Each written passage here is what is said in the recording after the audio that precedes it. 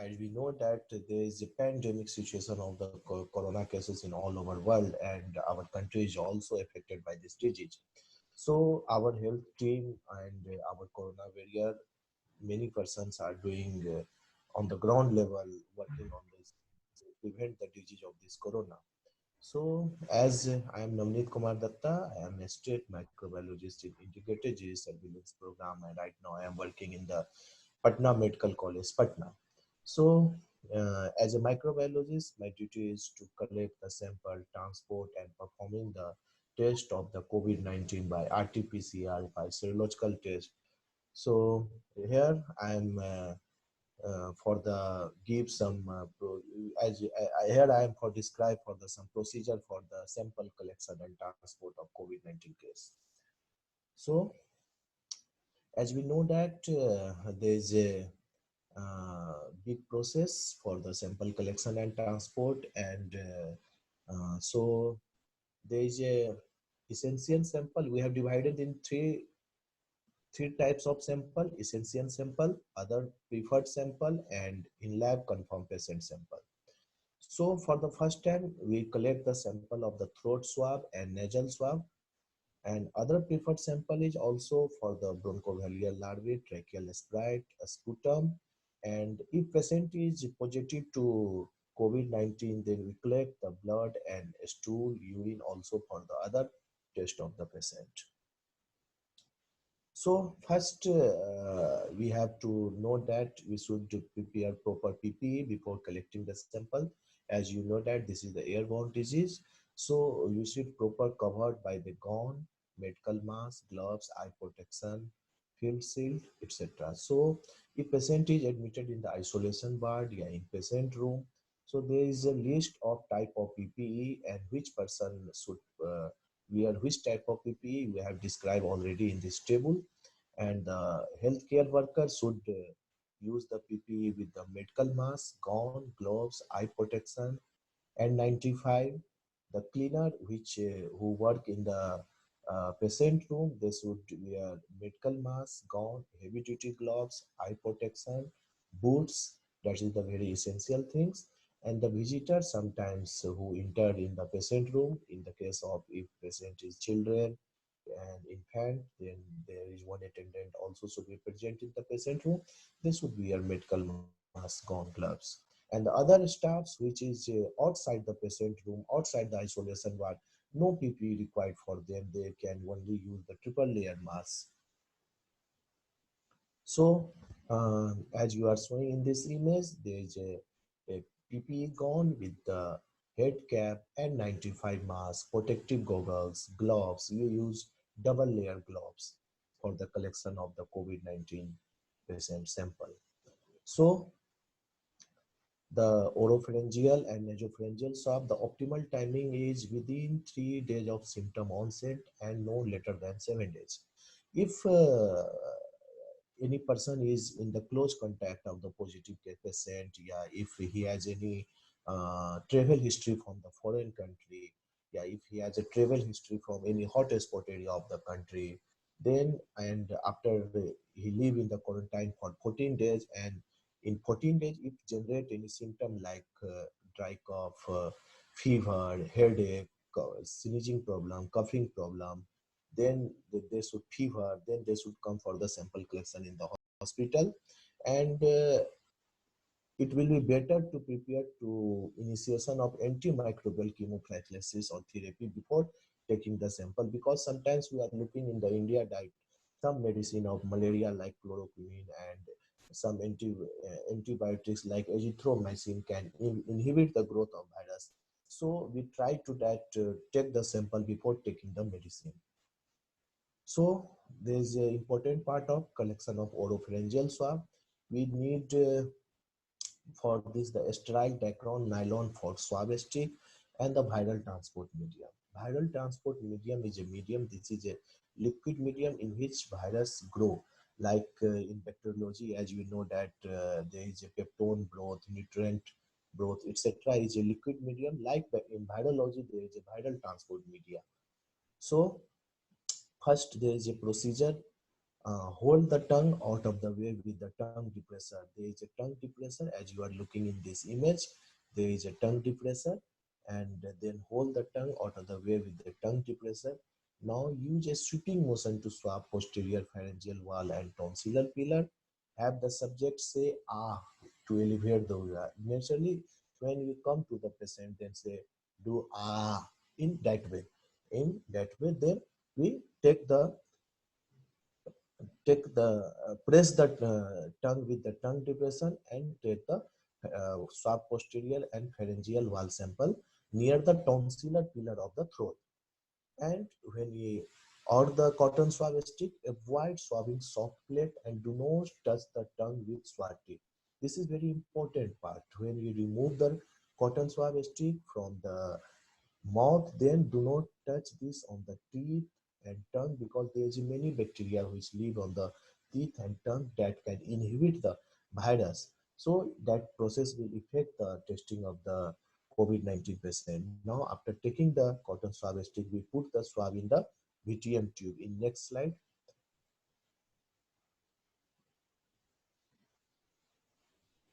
yeah, this is the viral transport media which you are looking in the red cap tube, and this is the cotton swab stick. So you use this viral transport media and cotton swab stick for the collection of throat or nasopharyngeal swab. And this is the procedure for nasopharyngeal swab. The material is the same, like sterile dacron flock swab and viral transport media. And this is the procedure. First, till the patient head back to 70 degree, like patient when you are sitting on the chair, we will told the patient that do your head like this 70 degree, and then insert swab into nostril. Swab should reach depth to the distance from nostril to outer opening of the ear. Leave swab in a place for several seconds, 3 to 4 seconds, maximum 5 seconds to absorb the secretion, and slowly remove the swab while rotating it. And then place tip the swab into VTM and snap cut of the appropriator stick, because the when you are looking at the back slide, the size of VTM is around 3 inch and the cotton swab stick size is the 5 inch. So we sometimes we fold the cotton swab stick and sometimes we cut off the applicator stick and then insert in the VTM. If patient is positive, then we collect the blood collection from positive cases, and we can also collect the blood for the serological test. Right now, there's many rapid testing kit is available in the India. So for the testing of rapid diagnostic kit patient, you need the blood. So you can also collect the blood. So blood sample collection can be done in the for the plasma sample collection in EDTA vial, and some for other tests you can collect resin separator tube for serum sample collection. So there is a guidance for a specimen collection, and when we collect the sample, we have a biosafety level 2 containment level is required to handle the suspected sample. This is very important part. We consider all specimens as potentially hazardous infections. First, we take the any suspected patient of any suspected sample from the patient. We don't know that the patient is positive, the patient is negative. So we carefully take all the sample and handle all specimen with gloves in a secure manner. Okay, so we put up in the hand two gloves. Sometimes there is a rubber and that can dis, that can be, if some rubber can be break, so we should wear two gloves and place each specimen into a separate container label with a patient name and identification number, the collection site, the collection date of collection, and the time of collection. One thing you have to remember that first we should write the name, age, sex, and if we have any lab ID on the VTM, then we should go for the collection, because after taking the sample in the VTM might be the contaminated. So before taking the sample, everything we should write on the VTM with the permanent marker. And do not contaminate the outer side of the specimen container. do not handle laboratory requisition form with the gloves. We should remember that when we taking the sample, we also write the name, address, age, sex, history of the patient. So with the same hands, with the same gloves, we should not write the details on the patient requisition form. After collecting the sample, the sample collection might be in the field, it might be in the periphery hospital, in some other hospital, in some private hospital. So the storage of specimen is a very important part for the get the proper result. So after collecting the sample, we can keep the sample in 2 to 8 degree in the normal refrigerator for 48 hours. If sample is within 48 hours, if sample is to be processed after first 48 hours, within 7 days, then we will keep in the deep freezer in -10 to -20 degrees centigrade. If sample is to be processed after a week, then we will keep the sample in -70 degrees centigrade. So there is some link for the guideline followed for sample packing and transport. There is a link of the WHO guidance or regulation for the transport of infectious substances. And we have decided the classification of infectious substances in two categories. There is a category 1, and in corona, that is it is in category B, that infectious substances which do not meet the criteria for inclusion in category A.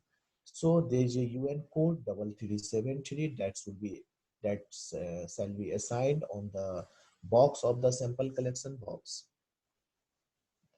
There is a packing system. The original sample should be packed, labeled and marked and documented at category B. A standard triple packing of category to be followed. We will come in the next slide how to do with triple packing. Sample to be sent on dry ice pack if possible, and if dry ice not available, then other ice pack can also be used, but the first preference is the dry ice. However, however, using cold package acceptable. Sender should provide prior intimation about shipment of sample to the nearest certified laboratory. And now we are coming on the triple layer packing system. So triple layer packing system is the three container: primary container, secondary container, and the outer container, that is the packing box. So first what we do, first we take the VTM, and then we wrap with the Teflon tape of the VTM cap. If any incident happened during the transportation, then cap cannot be loose. So we wrap the tape with of the VTM cap securely closed and keep in upright position during transport. Later on, we pack with the tissue paper, because there is a 2.5 to 3 pound 2.5 to 3 ml VTM liquid. So we wrap the tissue paper. If during transportation our VTM break, then the material will be absorbed in tissue paper. So we wrap in tissue paper and keep this in a Ziploc bag, a plastic Ziploc bag, and plastic Ziploc bag. This is a secondary packing. And after keeping in plastic Ziploc bag, we keep this complete Ziploc in another big size Ziploc bag. This is the tertiary packing, triple layer packing. After triple layer packing, we keep in a vaccine carrier box or a foam box, like vaccine carrier bags you have many seen the Impulse polio program. In other program, the health worker carry this vaccine carrier box like blue color, black color in their hand. This is the vaccine carrier box. We keep the 3 to 4 ice pack in this vaccine carrier box, and then keep the VTM in the vaccine carrier box. After keeping VTM in vaccine carrier box, this is called the triple layer packing. After doing the vaccine carrier box triple layer packing, yeah, this is the period of the triple layer packing, and we write the name and address of the laboratory where we have to transport the sample, and write the also name, address, and mobile number of the sender and details, and also the we keep all the history form, that the laboratory reference form of the samples, and paste it with the tape outer side of the vaccine carrier box. This is the transportation precaution: adequate cushioning material inside the box to absorb shock during transport. We discussed in earlier slide. Adequate absorbing material to absorb any splices should it occur. Do not stick the request form on a specimen. The stick request form will be pasted on the outside of the vaccine carrier box. A specimen request form should be put into separate plastic bag. The outer container, secondary container, and a specimen rack for transport should be thoroughly cleaned and disinfected periodically, at least a day when contaminated.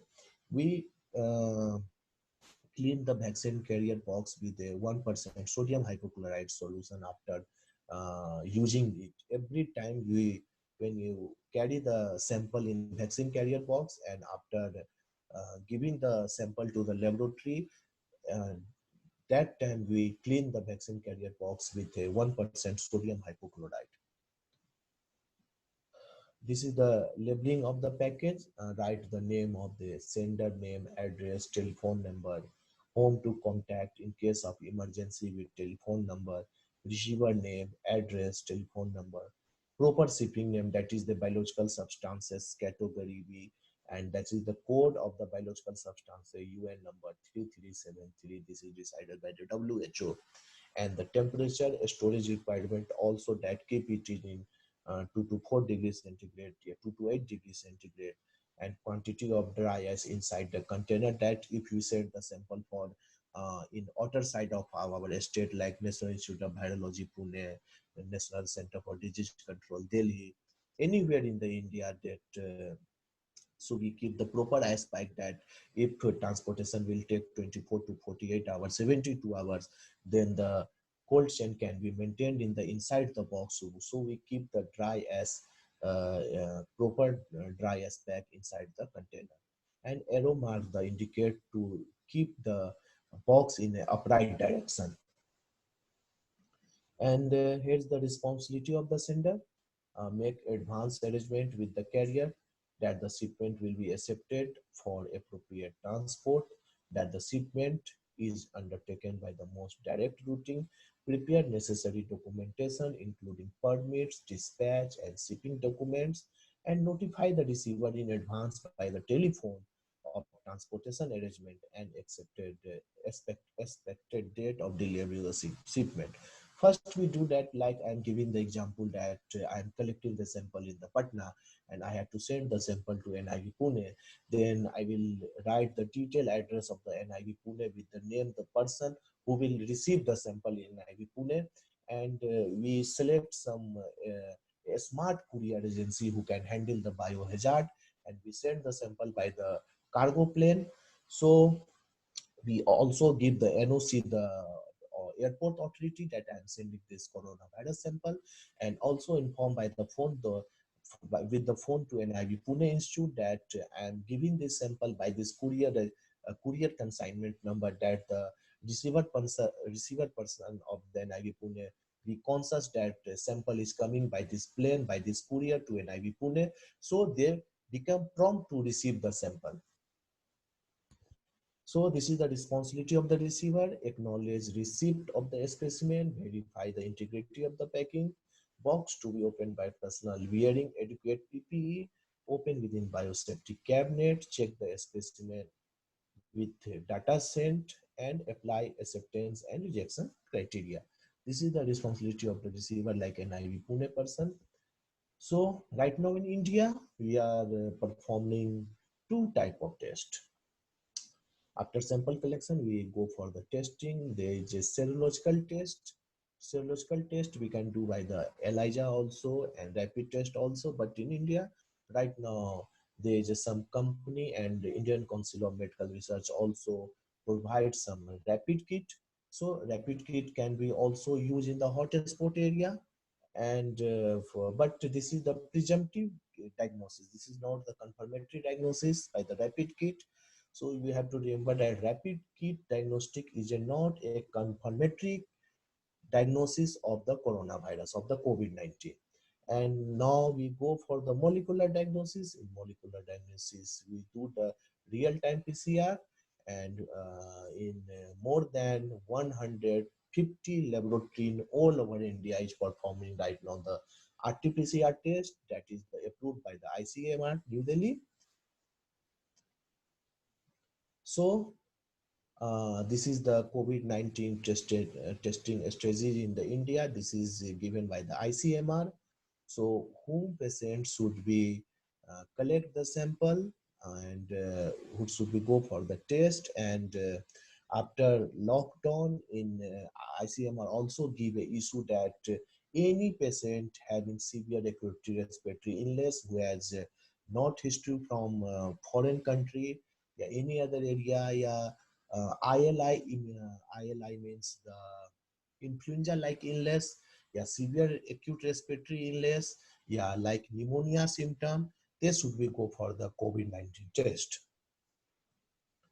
So there is the some additional testing hotspot area as decided by the Ministry of Health and Family Welfare, New Delhi, like the symptom influenza-like illness, fever and cough.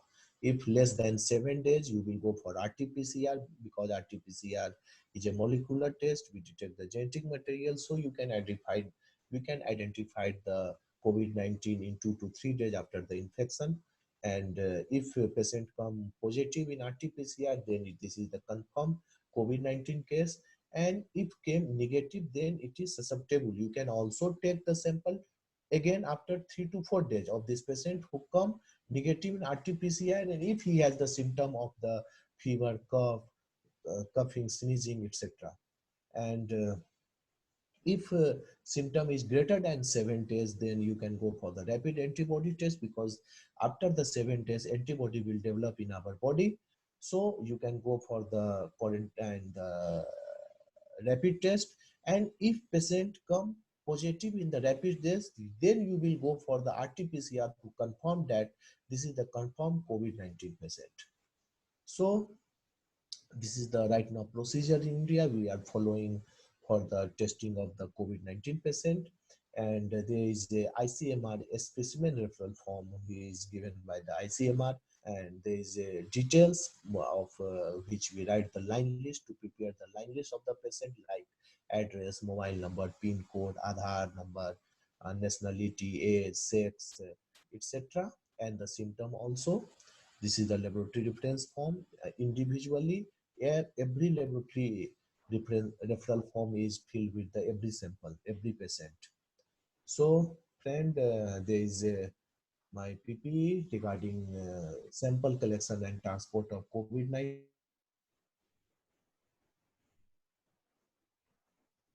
First, I have to, when you go for the sample collection to any patient, we told that we are coming here to test your corona test.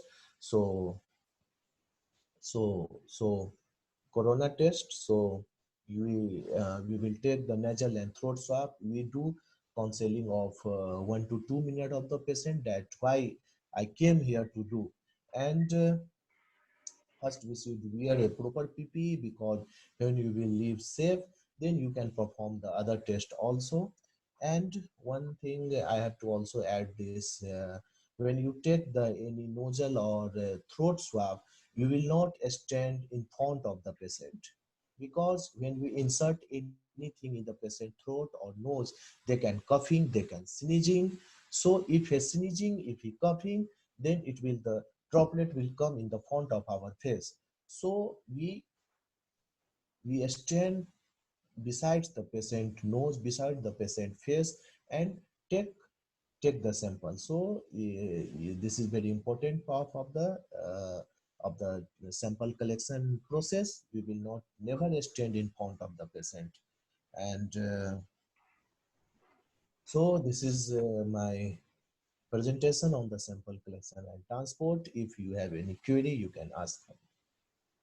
Thank you, Dr. Thank you. Navneet. It was really a very good explanation of all the how you are collecting and how you are working on the ground, and really this has given a very good insight of the process to our participants.